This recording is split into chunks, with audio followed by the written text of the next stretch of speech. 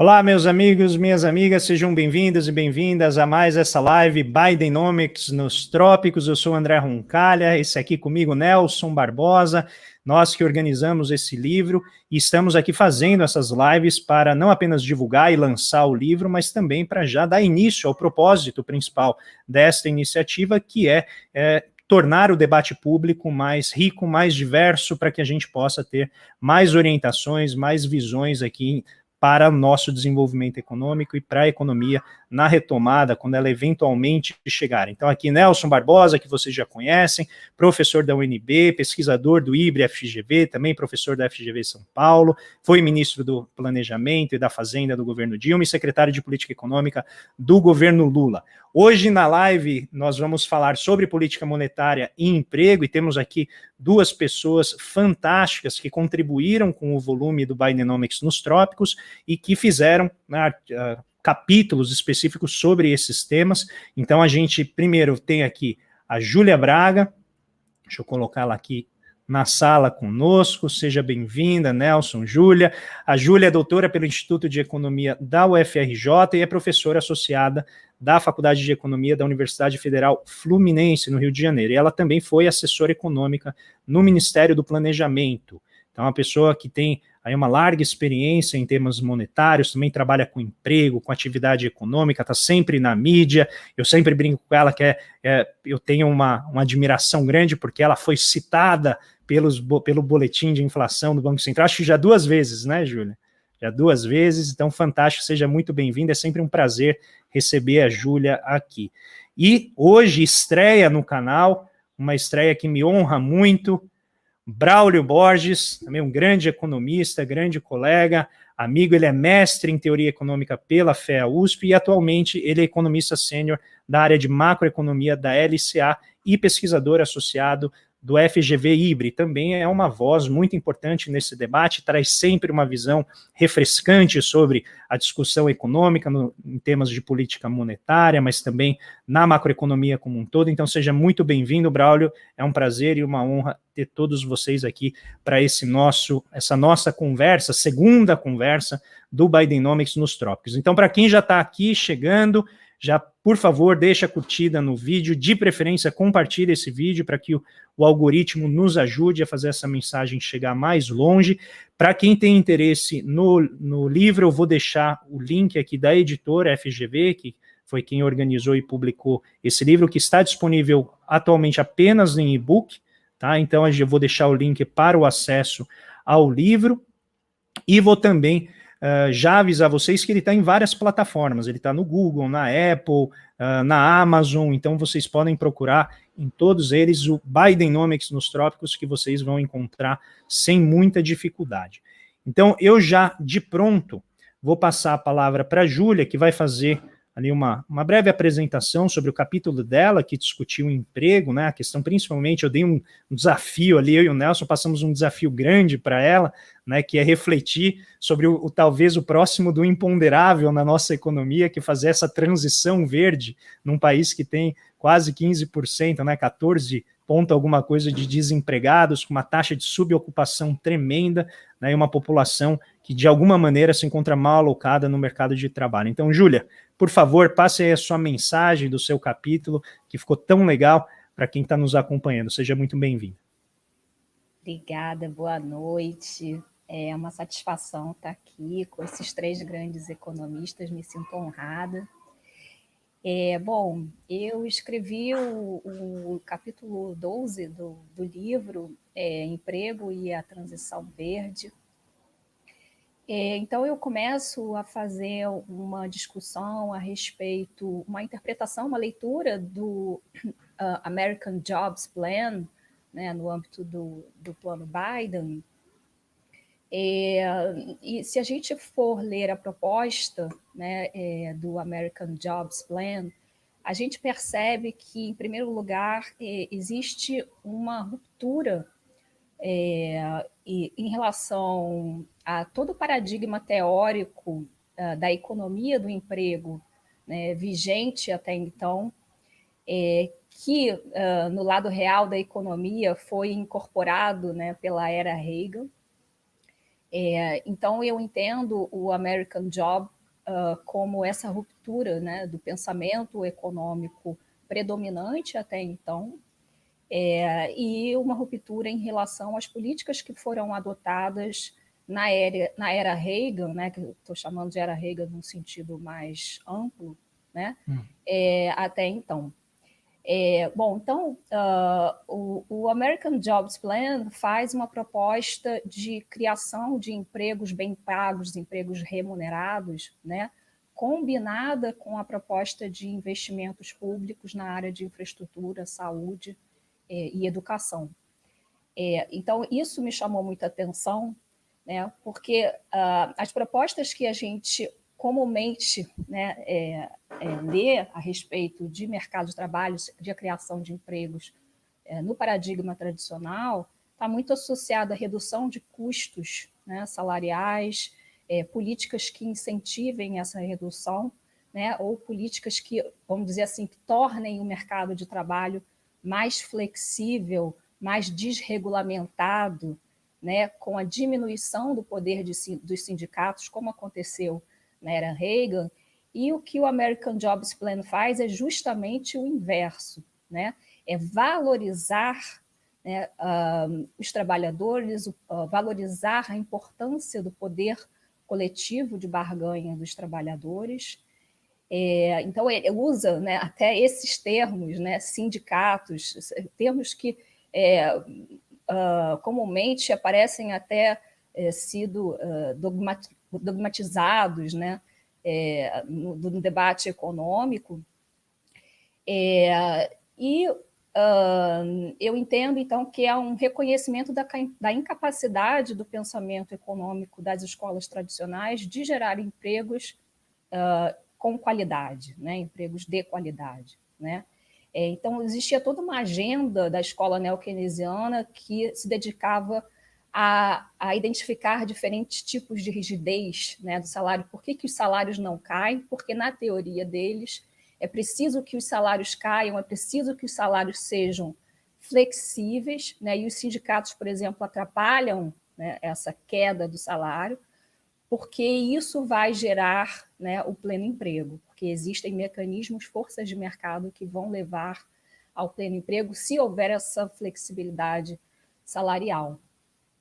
Então, eu entendo que o American Jobs faz uma leitura, na verdade, que houve uma enorme queda do poder de barganha dos trabalhadores americanos ao longo das décadas, né, que esteve muito associado justamente a esse paradigma da desregulamentação do mercado de trabalho, além, é claro, né, da competição asiática e das crises, né, da crise do subprime, da crise da Covid-19, que deixaram uma cicatriz no mercado de trabalho americano, que não é visível quando a gente olha a taxa de desemprego aberta, mas que é visível quando a gente analisa o mercado de trabalho americano a partir de outros indicadores, né? E tem sido feita toda uma discussão também na literatura das limitações que o indicador da taxa de desemprego apresenta, no sentido de ser um bom indicador que reflete toda a complexidade do mercado de trabalho. Então, ele enfatiza, né, um quadro precário, por incrível que pareça, do mercado de trabalho americano, que ameaçou a segurança econômica das famílias e erodiu 30 anos de progresso da participação feminina, por exemplo, na força de trabalho. Houve uma queda da participação feminina na força de trabalho desde a crise do subprime e não se recuperou, foi agravada agora na pandemia.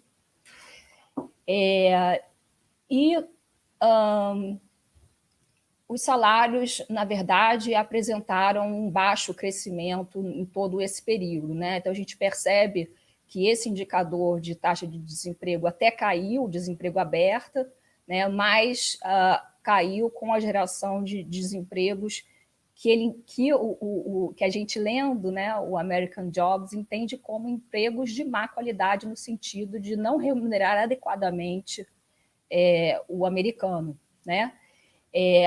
Além de outros indicadores, que são a taxa de desemprego de longo prazo, né, por quanto tempo a pessoa está fora do mercado de trabalho. E, ao mesmo tempo, o American Jobs vê, né, eu interpretei o American Jobs como também um entendimento de que a geração de emprego tem que vir conjuntamente com o aumento, com a acumulação do capital, né? Então, por isso que o American Jobs ele fala conjuntamente de gerar de empregos e da importância do investimento em infraestrutura, né, do investimento público em áreas específicas de prioridade. Então, o American Jobs vê, na verdade, emprego e capital como complementares e não como substitutos, como na teoria tradicional. A teoria tradicional vai dizer que é preciso reduzir o salário para poder empregar, na verdade, porque vai se adotar técnicas mais intensivas em trabalho, né, aumentar a produtividade, e isso vai gerar o crescimento. Isso não aconteceu nas últimas décadas nos Estados Unidos, né? O que se observa é uma redução do crescimento econômico, do potencial de crescimento ao longo das décadas, né? E também uma queda da produtividade.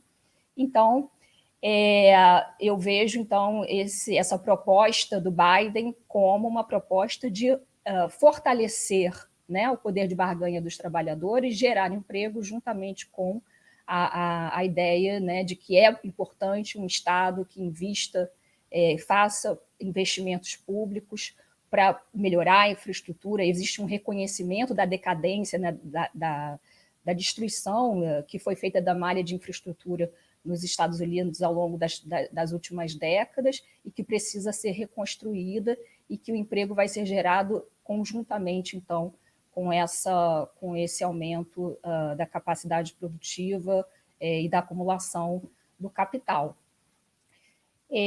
Bom, e aí eu venho para o Brasil e o que a gente observa no Brasil é que, justamente, a partir de perto de 2015, né, o que acontece no Brasil é que o Brasil deixa de gerar empregos no setor formal, né, então a gente deixa de acumular empregos no setor formal do momento também que a gente deixa de acumular capital. Então, hoje em dia, o investimento não está sendo suficiente sequer para repor a depreciação do capital, né? Então, eu coloco um gráfico lá no livro que mostra, né, essa relação, na verdade, de complementariedade mesmo, né, se a gente pensar num prazo um pouco mais longo, né, entre emprego e capital.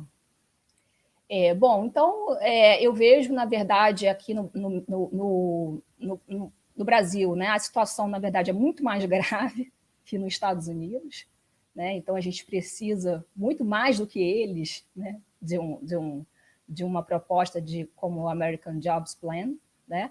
E essa situação, ela não vem da pandemia, é uma situação que vem antes da pandemia, na verdade, é um acúmulo, como eu falei, né, de crises que ocorreram desde 2015, e essa recuperação econômica que aconteceu lá em 2017 não foi suficiente para melhorar esse quadro, né? Os empregos que foram criados foram empregos no setor informal, de forma que a gente chega na pandemia já com uma situação muito precária do mercado de trabalho, né?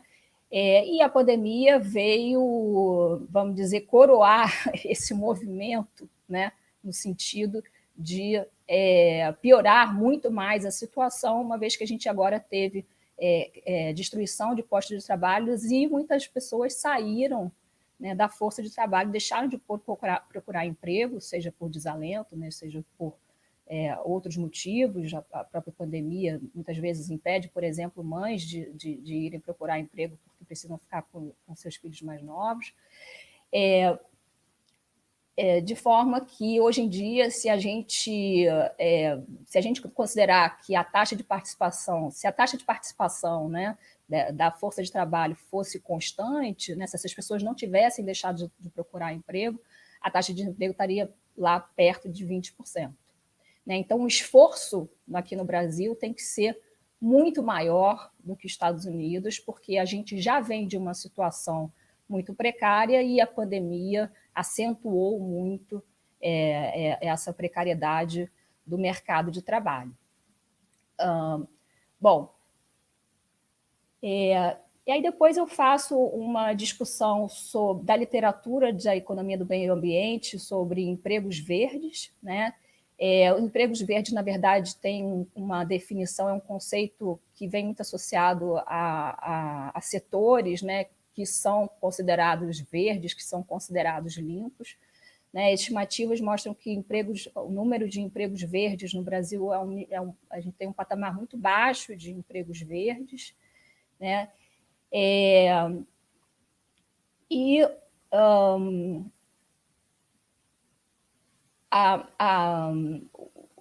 A questão muito importante, né, em relação ao Brasil é como ele se insere nesse novo mundo, né, da transição verde, uma vez que a gente está vendo, na verdade, uma intensificação de setores que são intensivos em commodities, e setores intensivos em commodities não são setores que geram empregos verdes, né? Então, é um desafio também muito grande de fazer essa transição, né? E aí, pensando tanto diretamente nesses setores que são capazes de gerar, né, os empregos verdes, como também na própria consequência que tem para os outros empregos em geral da transição verde, né? Então, essa transição, eu entendo que não vai ser feita de uma maneira espontânea pelos mercados, né? Nem mesmo um mercado de carbono por si só vai ser capaz de criar esses empregos verdes. Eu entendo, né, que o plano Biden, né, assim como, né, essas novas propostas também que estão no livro, né, do Green New Deal, do Big Push ambiental, e as propostas também, por exemplo, do professor Marco Antônio Rocha, da Unicamp, né, do desenvolvimento com ênfase em investimentos em infraestrutura social, são propostas coerentes com essa visão da transição verde e que tem que ter, sim, o Estado como um agente econômico capaz de direcionar, né, políticas para a criação, seja de empregos verdes, seja para minimizar, né, o impacto no trabalho, né, no emprego da transição verde, né? Então, é uma dupla... É um conjunto pequeno de políticas que são, ao mesmo tempo, capazes, né, de gerar crescimento econômico, de estimular a demanda efetiva e, ao mesmo tempo, permitir a transição verde, incentivar a transição verde. Então, é um desafio muito grande, né? Bom, aí eu faço essa discussão, então, em relação a empregos verdes, e aí depois também na literatura do meio de economia do meio ambiente, a gente vê também o termo empregos decentes, né? Que eles falam que não adianta criar empregos por exemplo, para a instalação de painéis solares, se você não remunerar adequadamente o trabalhador que vai que instalar aquele painel solar, né? Se aquele trabalho beira a escravidão, isso não é aceitável, né? Uma transição verde que não é aceitável, né? Então, esse conceito de empregos decentes da economia do meio ambiente casa muito bem com a visão do American Jobs, né? E aí, finalmente, nas conclusões, eu faço uma ponderação, que aí depois a gente pode discutir aqui melhor, de que eu acho que o Brasil tem, sim, espaço fiscal para poder adotar essas políticas tão necessárias, né, de acumulação de emprego, de acumulação do capital, de investimentos em infraestrutura social e, ao mesmo tempo, que incentive a transição verde. Então, essa era a minha mensagem aqui do meu capítulo. Muito obrigado, Júlia. Fantástico. Acho que você conseguiu fazer uma descrição bem sintética do problema que é não apenas quantitativo, né, de dar emprego, mas ele também tem um problema qualitativo de perfil do emprego. E isso implica uma série de deslocamentos e adaptações que o sistema produtivo tem que fazer para manter o objetivo de empregar e empregar bem, né, que não é uma tarefa trivial. Então, eu e o Nelson, a gente te agradece muito por ter assumido, né, esse desafio grande de, em tão poucas páginas, tentar colocar para a gente o início dessa discussão. Mas, se a gente pega a problemática da demanda efetiva, a problemática do impulsionamento da economia, que vai também facilitar e permitir essa transição, você já colocou a questão da política fiscal, que depois a gente volta, e é também um dos temas favoritos do Nelson, depois no comentário dele a gente pode voltar a esse tema, mas a gente também tem essa outra restrição que vem do lado monetário, né? Então o Braulio fez esse capítulo do livro fazendo uma espécie, acho que talvez, né, Braulio, se eu estiver errado, você me corrige, uma síntese do que você já vem trabalhando nos últimos anos no debate público, né, de tentar mostrar que, a despeito das restrições que o próprio regime de metas de inflação impõe em termos de crescimento, existem espaços que a gente não está aproveitando, né? Então, seja bem-vindo, a palavra está contigo, passa para a gente a mensagem do seu capítulo e, de preferência, já coloca uma pimenta aqui no debate. Obrigado, André. Bem, boa noite a todos, né? Agradeço, né, o convite feito pelo Nelson, pelo André, para poder escrever esse capítulo. Meu capítulo é o capítulo 18, né? Não me lembro exatamente do título, mas a discussão é justamente essa, né, de política monetária pós-Covid, Tá lá. né, e essa discussão Bidenomics, tá aí, ó. Bidenomics na era pós-Covid, o papel da política monetária no mundo e no Brasil. Então, realmente, no espaço de 20 páginas, eu tentei resumir um pouco da discussão, né, do que vinha acontecendo nesse debate, né, na economia internacional e depois como o Brasil se adaptou a isso, né. A grande verdade é o seguinte: nos últimos 30, 40 anos, o que se consolidou como consenso em termos de padrão monetário, né, de política monetária mundo afora? Sistemas de metas de inflação, né, metas de inflação começaram a se disseminar mundo afora, às vezes de jure, às vezes de facto, né. Os bancos centrais, nesses regimes de metas, né, um instrumento, uma meta, grosso modo é esse o padrão, né? Então, um instrumento é a taxa básica de juros, a meta é a inflação, né? Em relação à inflação, uma meta, você acompanhar a inflação projetada em relação à meta, né? Por detrás desse consenso também existia, né, uma avaliação de que os custos, né, em termos de bem-estar, né, e mesmo de crescimento econômico de médio e longo prazo, os custos de recessões são baixos, né? Então as recessões não deixam cicatrizes, né? Esse era o consenso, né? As recessões não deixam cicatrizes de médio e longo prazo, né? As recessões custam pouco em termos de bem-estar social, né? Então na prática quase você diz que não precisa de política de estabilização macroeconômica. No fundo essa algo que emerge desse consenso que vigorou aí durante bastante tempo, né? E ainda existia o consenso em torno daquilo que o pessoal chama na literatura de divina coincidência, né? Um termo aí que foi cunhado, né, pelo Blanchard e alguns outros economistas, né, que estabeleceu o seguinte: se o Banco Central atua para entregar a inflação na meta, automaticamente a economia vai estar operando no pleno emprego, né? Essa é a divina coincidência, né? Então, durante muito tempo, né, a política monetária mundo afora foi, né, na academia e na prática, ela foi guiada por esse consenso aí que eu tentei resumir em algumas poucas palavras, né? Só que isso começou a mudar antes mesmo da crise da Covid e antes mesmo, né, da eleição do Joe Biden, né, nos Estados Unidos no ano passado, né? Isso começou a mudar principalmente depois da crise de 2008, 2009, né? Esse consenso começou a ser questionado nas economias centrais por uma série de fatores, né? O primeiro deles é que a recuperação dessas economias centrais pós-2008 e 2009 foi muito lenta, né? Nos Estados Unidos, né, foram 10 anos para que a taxa de desemprego, né, retomasse para aquele nível que eles estimam como sendo pleno emprego, em torno de 4%, 5%. Né? Então foram 10 anos a despeito, né, de política fiscal super estimulativa, política, relaxamento quantitativo, né, políticas monetárias não convencionais, né?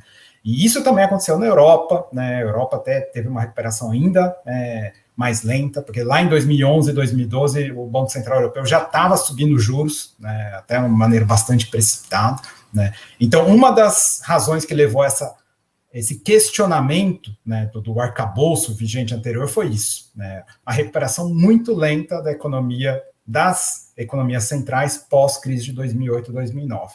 E um outro fator que levou a essa reavaliação, né, é a constatação de que as taxas de juros de equilíbrio, taxas de juros reais de equilíbrio nessas economias, estão caindo já há algumas décadas, né, e essa tendência de queda se acentuou pós-crise de 2008 e 2009. Né, se estima que a taxa de juros de equilíbrio, por exemplo, dos Estados Unidos hoje, né, está em torno de 0,5% em termos reais, né, na Europa até estaria negativo, né, e isso cria o problema de constrangimento para a política monetária, uma vez que a taxa de juros nominal, né, praticada pelos bancos centrais, não pode ser muito inferior a zero. Pode ser ligeiramente negativa, né, mas não pode ser muito negativo, né. Então, na prática, né, os bancos centrais, com essa tendência de queda de taxa de juros real, né, vinham se preocupando cada vez mais com perda de espaço, né, para poder estimular a economia em recessões. Né. Então, essa discussão já vinha antes, né, da pandemia, antes, né, da eleição do Biden, né, e calhou, né, que lá em meados de 2019 o Fed, né, o Federal Reserve, resolveu fazer uma ampla reavaliação do seu arcabouço e da sua estratégia de política monetária. Isso foi em meados de 2019, esse processo foi concluído em meados de 2020, já em meio à pandemia, né, mas começou antes, né, e o Banco Central Europeu, né, já sob o comando da Christine Lagarde, né, também iniciou esse processo de reavaliação do arcabouço e estratégia política monetária em janeiro de 2020, 2 meses, né, e pouco antes da decretação da pandemia pela OMS lá em meados de março, né. E muita coisa mudou, né? Eu vou começar pelo Fed, né? O Fed, que é o banco central, né, mais importante do mundo, né? Muito do que ele faz acaba influenciando não só a economia norte-americana, mas praticamente toda a economia global, né? O Federal Reserve decidiu, né, adotar um sistema de Average Inflation Target, né, ao invés de mirar só uma meta, né, num determinado ano, num horizonte relevante, né, ele passou, né, a determinar a política monetária com base numa média de inflação, né, de 2, 3 anos, isso ainda não está muito claro, né, qual que é o prazo que ele vai considerar, mas esse tipo de mudança permite que o Fed, né, aceite uma inflação um pouco mais alta, né, depois de uma inflação abaixo da meta, né, então permite compensações, né, e a ideia por detrás disso é, obviamente, tentar influenciar as expectativas, né. A inflação nos Estados Unidos, eu não mencionei isso, né, mas a inflação nos Estados Unidos, pós 2008 e 2009, ela ficou persistentemente abaixo da meta, né, perseguida pelo Fed. Né, esse também foi um motivo que levou a essa reavaliação do arcabouço e da estratégia. Né. Então, o Fed adotou, né, essa mudança, né, para o Average Inflation Target, e também uma outra mudança que, no meu ver, bem importante, que é a questão, né, da política de estabilização macro. Né. Antes, o Fed reagia a desvios da taxa de desemprego efetivo em relação àquela que é a taxa natural, a taxa de equilíbrio, o pleno emprego. Né? E eram reações simétricas. Né? Ou seja, se o desemprego está acima, né, do equilíbrio, o Fed vai reagir da mesma maneira, com sinal oposto, né, se o desemprego estiver abaixo do equilíbrio na mesma magnitude. Né? Então, tinha uma simetria de resposta na função de reação, né, a desvios da taxa de desemprego em relação, né, ao equilíbrio. Na mudança de arcabouço anunciada, né, em meados do ano passado, o Fed passou a tratar esses desvios de maneira assimétrica. Né? Então, para o Fed, déficits de emprego, déficits de demanda, né, ou seja, desvios negativos, quando a taxa de desemprego está acima do equilíbrio, né, merecem uma resposta mais forte, mais ativa do que quando a taxa de desemprego, né, está acima, né, está abaixo, desculpa, do pleno emprego, ou seja, quando a economia está em hiperemprego. Né? Então, mudou, né, a função de reação, passou a ser uma função de reação assimétrica, né? E por detrás disso tem uma mudança muito importante de percepção da economia. Né?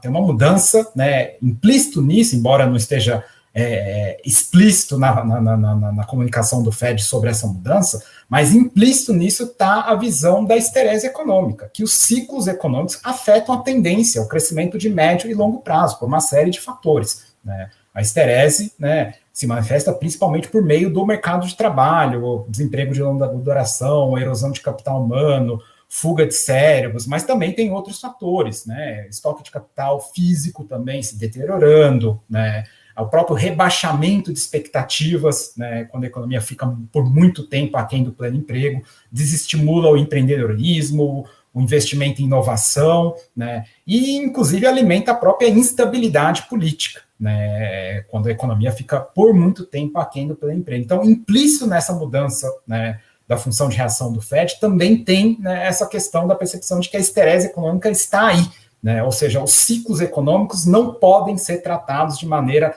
separada, né, paralela, né, à tendência de médio e longo prazo dos países, que era o padrão, né, do consenso vigente até então. Né, inclusive, a gente vê essa clivagem muito clara, né, nos cursos de economia padrão, né. Você tem a discussão de políticas de estabilização de curto prazo, é um ramo da economia, e o outro ramo é desenvolvimento e crescimento econômico de longo prazo. Essas duas coisas caminham de maneira mais ou menos paralela, né? Até mesmo por construção, né, você tinha essa separação, né? E o FED, ao mudar a sua estratégia de arcabouço, reconhece que não dá para mudar. Tem uma interação ali, né, entre curto, médio e longo prazo, né, por uma série de fatores que eu não vou detalhar aqui, né? Então, implícito nisso tem essa mudança. O Banco Central Europeu também fez a sua mudança, né, um pouco mais modesta, né, mas ainda assim importante, né?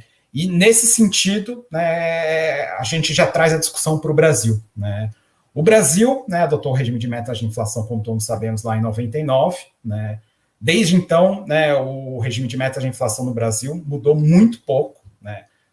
Com quase 20 anos de metas de inflação no Brasil, quando a gente propõe qualquer tipo de mudança, né, eu sempre escuto que o Brasil ainda não está maduro para mudar, para aprimorar o regime de metas de inflação, com 20 anos de meta, né? Mas o fato é que, né, durante muito tempo, toda essa discussão lá fora não afetou muito o debate doméstico aqui, né? No Brasil, a gente tinha a visão de que realmente o Banco Central tem que mirar na meta de inflação, né? Não pode, obviamente, ignorar a atividade, né? Tem ali a chamada taxa de sacrifício, enfim, ele não ignora isso, embora dê um peso bem pequeno, quando a gente estima regras de política monetária no Brasil, funções de reação de política monetária no Brasil, tipicamente o peso atribuído ao hiato do produto, à atividade econômica, é um peso muito pequenininho, né? E na prática, né, o Banco Central brasileiro, né, dava praticamente toda a importância para desvios da inflação em relação à meta. Isso foi mudando, né? Antes era ano calendário, depois o horizonte móvel 12 meses à frente. Mais recentemente, o Banco Central brasileiro vem ensaiando olhar para um horizonte um pouco mais longo, 24 meses à frente, enfim, né? Mas o fato é que neste ano de 2021 a gente teve, né, realmente um avanço importante, na minha opinião, né? Só que ainda não dá para comemorar, né? Qual que foi o avanço importante? A lei de autonomia do Banco Central conferiu maior autonomia ao Banco Central. Eu, particularmente, acho importante isso, né, para isolar o Banco Central de pressões políticas, principalmente em anos eleitorais, né? Importante lembrar que dar maior autonomia não significa independência total do Banco Central, né? Você está tentando isolar ele de pressões políticas, né? Então, eu acho que foi importante. Só que mais liberdade deveria vir acompanhada de mais responsabilidade, né? E essa segunda parte sempre foi mal vista pelo mercado, né? Por boa parte, né, do mercado, né? O mercado queria, sim, mais autonomia do Banco Central, disse que isso reforçaria a credibilidade, ajudaria, né, o Banco Central, inclusive, a reduzir, né, o custo de desinflação, né? Mas, por outro lado, o Banco Central, né, deveria manter a meta dele como a meta de inflação. E também o objetivo, né, de tentar, né, promover a estabilidade financeira, que é um outro objetivo que o nosso Banco Central persegue também lá desde 99, pelo menos, né? Só que na negociação política, né, para aprovar, para conceder autonomia, uma maior autonomia operacional para o Banco Central, né, o Banco Central, enfim, foi obrigado a aceitar um novo objetivo, né? Qual que é esse objetivo formal, né?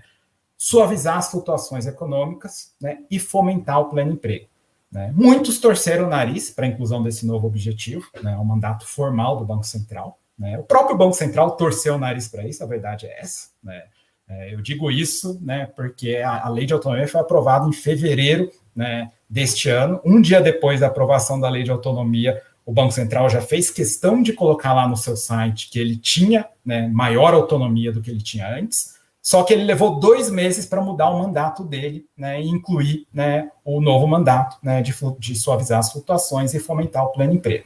Então, tem sim uma má vontade, né? A gente viu isso, é perceptível, né, que foi algo que não foi recebido muito bem pelo mercado. E na prática, o Banco Central, embora tenha esse novo mandato, até agora não mostrou a que ele veio, né? A verdade é essa, né? Este, por exemplo, já ligando isso com a discussão do momento, né? O Brasil tem aí uma inflação que vai fechar esse ano em 8, 8,5, né? Neste ano, muitos choques de oferta, mudança de preço relativo, cadeias globais de valor e logística, né? Gerando pressões de custos, né? O Brasil tem uma inflação que vai terminar esse ano em 8,5, né? A meta de inflação no ano que vem é de 3,5. Desinflacionar uma economia dessa, né, nesse espaço de tempo, certamente vai demandar que o PIB do ano que vem cresça zero, né? O que um banco central que tem um mandato, né, tem um objetivo, embora seja secundário, mas tem também um objetivo, né, de suavizar as flutuações e fomentar o plano emprego, o que ele faria nesse contexto? Ele alongaria o horizonte de convergência, né, para 2023, né, 24 meses à frente. É a prática da maior parte dos bancos centrais olhar para esse horizonte, né, 24 meses à frente.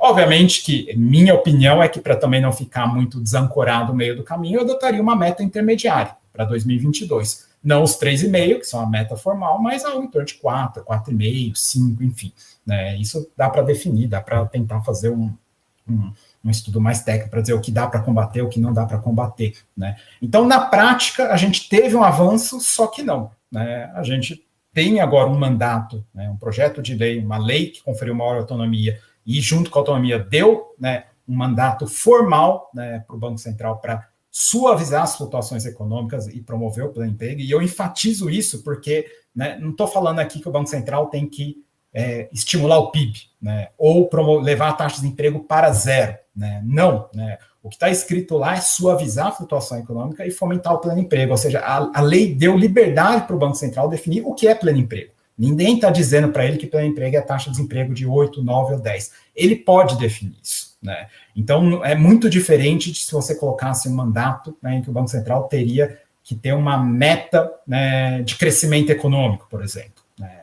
Então, na prática, teve esse avanço, né? Só que não, né? E a gente ainda está esperando para ver, né, o que na prática, né, vai acontecer com essa mudança, né? Teve outra mudança também, né? O Banco Central finalmente, né, ganhou um novo instrumento, né, que são os depósitos voluntários remunerados, né? Isso também foi aprovado neste ano, né? Acho que até foi aprovado um pouco depois que eu terminei de escrever o capítulo do livro. Eu mencionei isso no capítulo, mas ainda não era algo aprovado, né? Isso é importante, né? Aumenta a autonomia do Banco Central em relação ao Tesouro, né? Até então, né, e desde a LRF, o Banco Central não pode emitir títulos próprios para poder fazer gestão de liquidez, né? Então, ele sempre que tinha que depender de aportes, né, de tempos em tempos de títulos do Tesouro para poder, né, ter lastro, vamos dizer assim, para poder fazer operações de liquidez, de gestão da liquidez da economia, né? E isso gerava uma bagunça enorme do ponto de vista das estatísticas de endividamento bruto no Brasil, principalmente da estatística de dívida bruta no critério que o nosso Banco Central, né, adota desde 2006, 2007, né? A dívida bruta do governo geral brasileiro hoje mistura operações de natureza estritamente monetária, né, que são as operações compromissadas, né, com operações, né, que decorrem de decisões de política fiscal, né? A aprovação desse novo instrumento vai permitir uma melhor separação disso, dar maior autonomia para o Banco Central em relação, né, ao Tesouro, né? Então reforça esse aspecto de autonomia, né? E isso também é importante, né, por essa questão fiscal, né, de tornar nossas estatísticas de endividamento mais claras e reforçar também aquilo que eu tenho dito já, pelo menos desde 2017. Olhem para a dívida líquida e não para a dívida bruta, porque essa mudança no depósito voluntário remunerado não afeta em nada as estatísticas de endividamento líquido, né? Endividamento líquido que vários estudos, né, do FMI têm mostrado que são os indicadores mais relevantes para determinar risco de solvência em economias emergentes. Mas aqui eu já estou desviando um pouco do assunto, né, voltando aí para a política monetária, né? Então, no mundo mudou bastante, né, o consenso recentemente, né? Tem por detrás essa questão da esterese, né, de que os ciclos, né, afetam a tendência, né? Então, você realmente, o custo da inação é muito elevado, né? O custo em termos de bem-estar, né, de deixar a economia por muito tempo deprimida é enorme, né, e não é um custo irrisório, como um trabalho seminal do Lucas mostrou lá no final dos anos 80. Né, e mais, né, a política monetária é uma das políticas de estabilização macroeconômica. A política fiscal também tem um papel importante a cumprir, né? As duas se complementam, né, nesse papel de estabilizar a macroeconomia, ou seja, de tentar manter a economia operando, né, na maior parte do tempo perto do pleno emprego, porque isso aumenta o PIB potencial, né? Suavizar o ciclo econômico aumenta o PIB potencial, né? E isso está implícito, né, e às vezes até explícito nessa mudança, né, de estratégia e arcabouço de política monetária que vem ocorrendo lá fora, né? E no Brasil, quem sabe, daqui uns 20 anos, talvez a gente perceba que seja por aí, né? Era isso que eu tinha para falar. Obrigado. Obrigado, Braulio. Pô, espero que demore um pouco menos, né? Que a gente consiga, pelo menos, antecipar um pouquinho. Não precisa ser muito para não chocar demais, né, a nossa sociedade. Mas muito legal, você tocou em vários pontos aqui. Eu queria novamente projetar esse gráfico que você apresenta no capítulo, que eu acho interessante para quem está nos acompanhando. O Braulio coloca várias crises que ocorreram, agora está muito pequenininho aqui para ver, mas eu queria chamar a atenção para essa linha vermelha aqui embaixo, que essa é a crise atual. Então ele mostra de maneira bem clara, visualmente, né, como é importante, como está difícil para a gente retomar o ritmo de crescimento, né, retomar um patamar de atividade. E isso toca diretamente no problema que a Júlia colocou, porque a retomada de uma economia, principalmente via emprego, ela é muito importante, principalmente se você quiser transformar a estrutura produtiva na direção de empregos de melhor qualidade, que tenham e ofereçam para o trabalhador condições melhores, com maior nível de formalidade, de segurança, melhor nível de rendimento e assim por diante. Então a gente tem a combinação aqui de um problema que é de mudança estrutural associada ao perfil do emprego, à estrutura ocupacional, e um problema de ordem mais macroeconômico, que o Braulio colocou muito bem aqui, associado ao ciclo econômico e os danos que ele gera, tanto em termos de ritmo de atividade, mas também em termos de emprego. Aí eu queria pedir para o Nelson, né, fazer os comentários dele em cima desse desafio que a gente tem. Acho que o Braulio colocou vários pontos importantes, que tudo nesse governo, principalmente na minha visão aqui desde o Temer, eles fazem algo que dentro da teoria seria algo que poderia sair bom, mas na hora que chega no Congresso acaba sendo desvirtuado e produzindo efeitos que acabam sendo danosos, mesmo quando considerada dentro da abordagem mais mainstream, mais corrente da economia convencional. Então vai lá, Nelson, dá os seus 2 centavos aqui sobre esse tema candente. Bom, boa noite a todos. Obrigado, Braulio e Júlia, por participar do livro. Eu vou fazer só alguns comentários, algumas perguntas, mas antes, só para fazer um contraponto, eu acho que é o contrário, viu, André? O governo manda bomba para o Congresso ameniza. Né? O governo mandou um projeto de dependência do Banco Central cujo objetivo era só controlar a inflação. Aí o Congresso botou lá objetivos secundários e tal, até para poder ter uma porta de saída em situações de alta recessão e tal. Mas focando no que a Júlia e o Braulio apresentaram, no caso da Júlia, a Júlia apresentou no capítulo dela uma discussão de emprego verde. Eu acho que seria interessante, talvez, a gente debater um pouco. A Júlia pegou uma categorização que se tem, né, pegando o impacto ambiental de diferentes setores, e aí botando o que seria emprego verde, é bom para o meio ambiente, o que é emprego neutro, não é bom nem ruim, o que é emprego cinza, vamos chamar assim, que seria emprego que não é bom para o meio ambiente. Mas também tem uma questão que você coloca, que é empregos que aparentemente não são verdes, podem se tornar verdes se eles forem direcionados a uma transformação sustentável. E isso tem várias coisas do mundo apostando nisso, inclusive o Bidenomics tem isso muito claro, né? Que para você ser sustentável, inicialmente você tem que reconstruir várias coisas. Reurbanização, mudança de sistema de energia, mais reciclagem, tudo isso gera novos setores, né? E implica também você botar muita coisa abaixo para fazer de novo. Então tem um potencial de se criar emprego verde que via investimento, que acho que uma das coisas que na política as pessoas têm uma restrição à agenda ambiental, é que elas percebem a agenda ambiental somente como custo. Vou ter que pagar mais, vou ser mais restrito, né? Sendo que, obviamente, vai ter que ter uma mudança de padrão de consumo, de produção, mas a agenda ambiental, por ela requerer mais investimento, principalmente no seu início, é uma agenda de geração de emprego. Muito forte. E é uma coisa que a China já está fazendo, a Europa está fazendo também, os americanos agora, com Biden, estão fazendo isso mais abertamente, né? E no que o Braulio colocou, acho que o Braulio fez um bom resumo, que eu não tenho quase nada a acrescentar, vou trazer mais para o debate atual. Em certa medida, a gente está tentando fazer uma redução da meta de inflação no meio de um bando de choque. Né? Então, na verdade, seria a hora de falar, olha, erramos na dose, não era para reduzir a meta de inflação tão rápido, né? E vamos saber o que o Braulio colocou, qual é o ritmo, agora, né? Acho que nessa semana a gente vai saber. Havia um debate muito grande se o Banco Central devia aumentar a dose, aumentar o juro em 125 pontos ou em 100, né? É importante que o Braulio colocou, eu sempre brinco dizendo, a meta de inflação é o pior regime de política monetária, exceto todos os outros que foram tentados. Já se tentou controlar a quantidade de moeda, deu errado, já tentou controlar via âncora cambial, deu errado, já se tentou pilotar a política monetária olhando só para o desemprego estrutural, o desemprego estrutural muda. Né? Então, a meta de inflação tem vários problemas, mas ela se mostra o melhor regime para lidar com os choques que a gente tem. E ter meta de inflação e ter Banco Central independente não significa que tem resposta única. Como o Braulio colocou, a lei permite que o Banco Central dose a velocidade que ele vai convergir para a meta. E essa é uma variável importante. A lei permite que ele possa ter um tratamento assimétrico. Se a economia está em grande recessão, ele pode dosar o aumento de juros, levando em consideração que a economia está em grande recessão.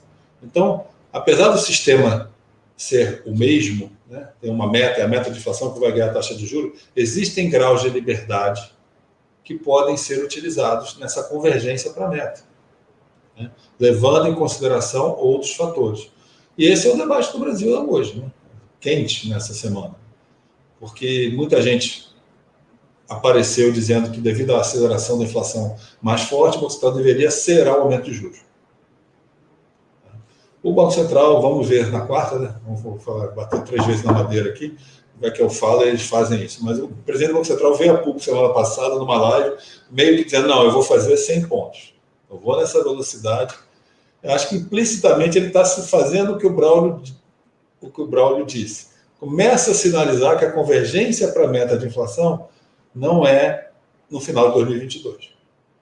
Que vai convergir para a meta de inflação em 2023. Se fosse para convergir para a meta de inflação no final de 2022, talvez o aumento de juros tenha que ser muito alto, e isso pode acabar gerando mais problemas, né? do que soluções.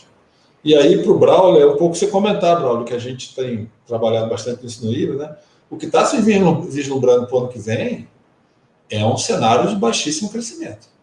Porque você tem um aumento da Selic por conta do juro, e agora na discussão orçamentária, seja com a proposta de tirar 20 bilhões, 40 bilhões ou 60 bilhões do teto, ainda haverá contração fiscal no que vem. Que o gasto primário cai em relação a esse ano. Era normal que esse ano ele caísse, porque ano passado foi um estímulo muito forte, mas nós estamos aprofundando a consolidação fiscal com ajuste monetário, ao mesmo tempo, numa economia que está desacelerando. Então, eu queria que o Braulio falasse um pouco do cenário de crescimento, porque ele acompanha isso daí diariamente. Né? Então, se pudesse falar do cenário de crescimento, Braulio, seria muito bom.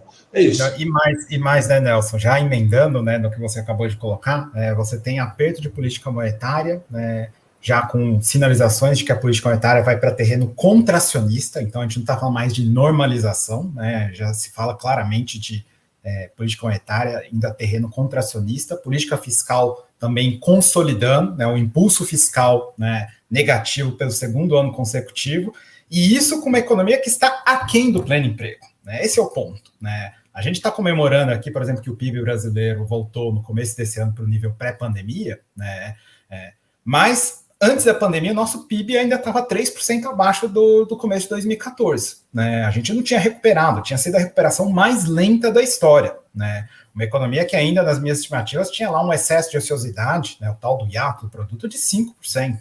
Ou, se preferir, para ficar uma coisa menos, né, economês, né, taxa de desemprego. Né? A taxa de desemprego, né, antes da pandemia estava em 11,5%.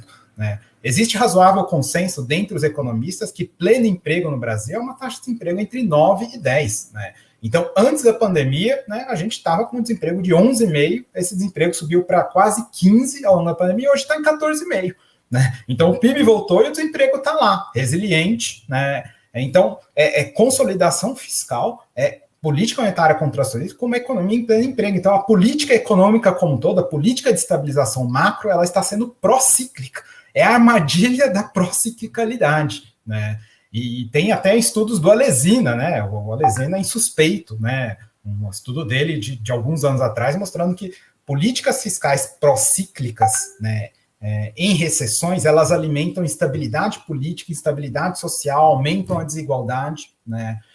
Óbvio que eu não estou querendo dizer que o Banco Central brasileiro, né, tem que abandonar o regime de metas e ignorar a meta de inflação, como o Nelson colocou, né? É um melhor regime, exceto por todos os outros, né? A gente sabe, né, que se um Banco Central tem como objetivos inflação na meta e também pleno emprego, muitas vezes esses objetivos no curto prazo são conflitantes, né? Só que existe uma maneira de balancear isso, né? Os bancos centrais, né, que operam com flexibilidade, balanceiam isso, né? Eles alongam o horizonte de inflação, né? Eles dão mais importância para as projeções de núcleos de inflação. O Banco Central do Brasil é um dos poucos bancos centrais no mundo que ainda não apresenta projeções de núcleos de inflação, né? O Banco Central americano faz isso, o BCE faz isso, o chileno, o colombiano e por aí vai, né? Não estou falando de meta em termos de núcleo, isso poucos bancos centrais fazem, né? Embora tenha até alguns apelos interessantes, mas simplesmente apresentar as projeções. Isso ajuda a coordenar, funciona como uma espécie de forward guidance, né? Horizonte relevante, né? Tipicamente 24 meses à frente, né? Porque ainda, né, faltando, a gente já está praticamente acabando esse ano, ainda mirar no ano que vem, né, uma desinflação de 5 pontos percentuais, né? Isso vai levar o PIB no ano que vem para zero. Se o Banco Central realmente quiser buscar o PIB, uma inflação de 3,5% no ano que vem, né, ainda mais com a crise energética se estendendo para o ano que vem, ou seja, ainda mantendo pressionada a inflação, né, de energia elétrica, né, e isso vai demandar que o PIB ano que vem cresça zero, né, e que a nossa economia, quem sabe, chegue lá no pleno emprego lá em 2025, 2026, né, e é um equilíbrio social e político piorado, né. 10 anos de economia operando aquém do pleno emprego, que é a perspectiva hoje para o Brasil, né, deteriora o potencial de crescimento, né, gente saindo do Brasil, fuga de cérebros, deterioração de estoque de capital humano, desemprego de longa duração. Hoje no Brasil já são quase 4 milhões de pessoas desempregadas há mais de 2 anos, né. O estoque de capital dessas pessoas está indo ralo abaixo e depois vai ser difícil recuperar isso, né. E aí você vai ter que compensar com política de transferência, né? Então, você vai piorando o equilíbrio social e político, né? E depois, inclusive, isso dificulta a própria aprovação de reformas lá, reformas modernizantes, porque aumenta o apelo de políticas mais populistas, né? Esse equilíbrio social e político piorado, né? Então, as coisas estão todas interrelacionadas. E aí eu vou pegar um gancho para passar agora a palavra para a Júlia, enfim, dessa discussão, né?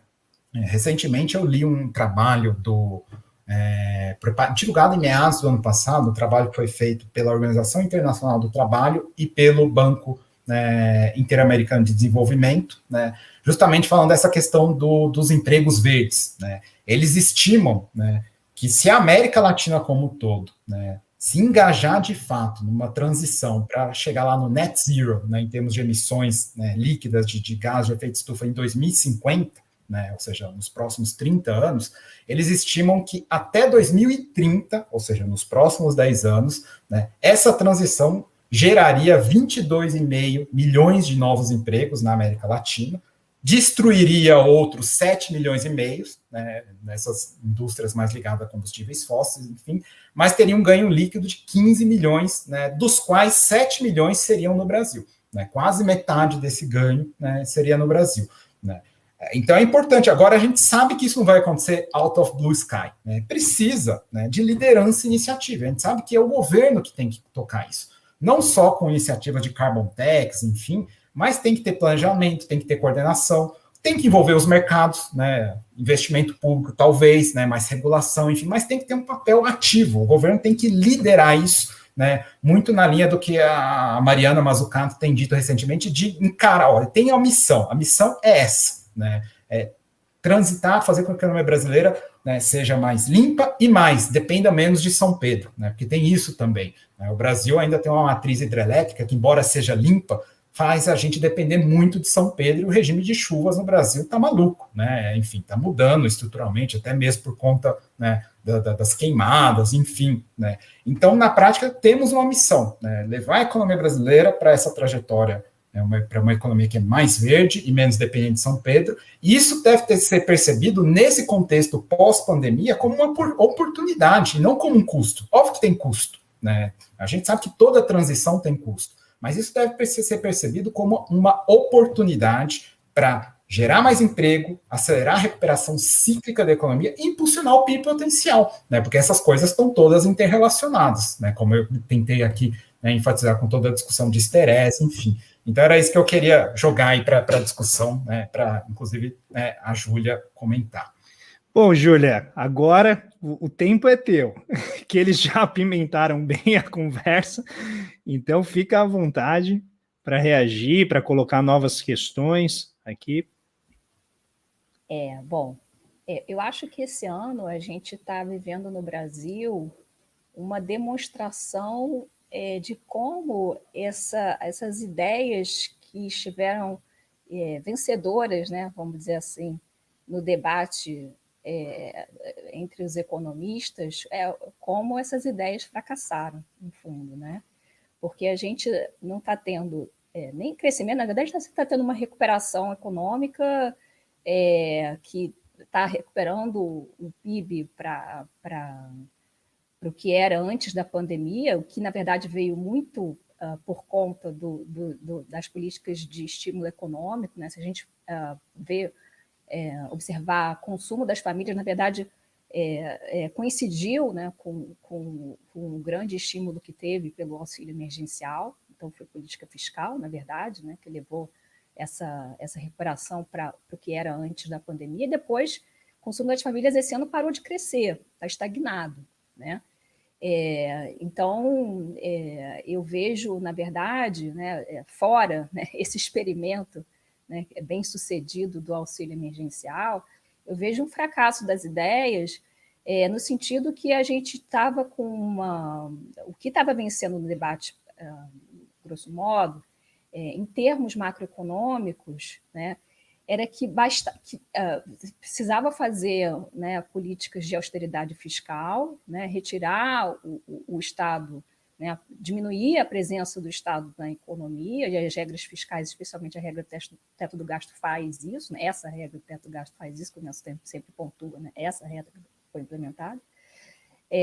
Então, retirar, né, diminuir o papel do Estado na economia, diminuir a participação do Estado na economia, né?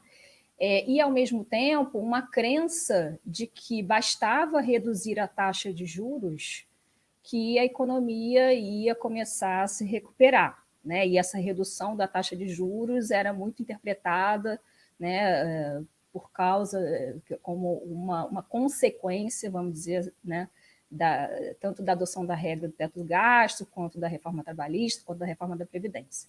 Então, o que a gente viu é que essa ideia de que basta diminuir juros e que a economia por si só vai andar e, ao mesmo tempo, você faz uma consolidação fiscal, não traz crescimento econômico, né? O que a gente teve foi a recuperação mais lenta da história da economia brasileira, sem a geração de empregos formais, né? E, ao mesmo tempo, como a nossa inflação está muito ligada a pressões de custos, né? E aí eu enfatizo aqui o papel da taxa de câmbio como um elemento central, né, que é só suavizado, vamos dizer assim, né, quando você tem um processo de deflação de commodities, né, quando a gente, em geral, né, commodity tinha uma relação inversa com o câmbio, então uma coisa meio que compensava a outra, né, mas se a gente observar na história da economia brasileira, né, sempre que as duas cresceram conjuntamente, você saiu da meta, né, você teve um choque, você teve uma inflação muito difícil de controlar, né? Então, taxa de câmbio é um elemento central, né? E que é um elemento que acaba